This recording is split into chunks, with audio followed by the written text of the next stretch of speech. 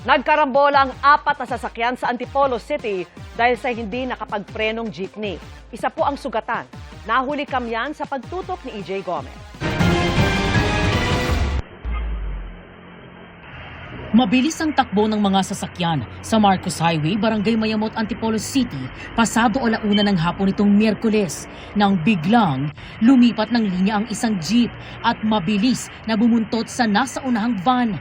Sa bilis, tinamaan ng jeep ang kaliwang likurang bahagi ng van, pero dire-diretso pa rin ang takbo. Sa isa pang CCTV video, ang jeep sumalpok na sa mga nakahintong sasakyan sa stoplight. Bumangga siya dun sa MPV. Yung MPV naman, tumama naman dun sa tricycle. Then tricycle, tumama naman dun sa van.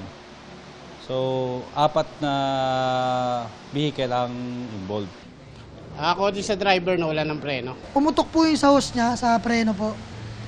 Eh, naisip ko po kanina, kung ibabangga ako sa tao, makakapatay po ako. Kaya ginawa ko, sa mga sasakyan ko na lang po binangga. Nagdulot ng matinding trapiko sa lugar ang insidente.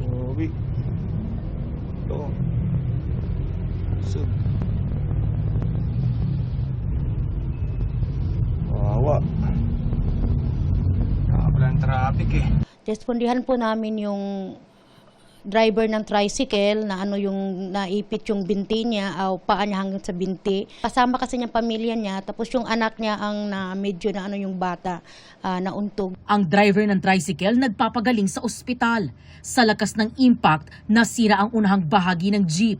Ang MPV naman, nabasag ang likurang windshield, nasira ang unahan at likurang bahagi at nayupi ang bumper. Habang ang tricycle, nayupi ang bubong. Nabasag ang windshield at nasira ang unahang gulong. Pasensya na po, wala pong may kagustuhan nun. Hindi ko po sinasadya, humingi po akong kapatawaran. Ayon sa pulisya, nagkaareglo ang driver ng jeep at mga driver ng mga nabangga nitong sasakyan.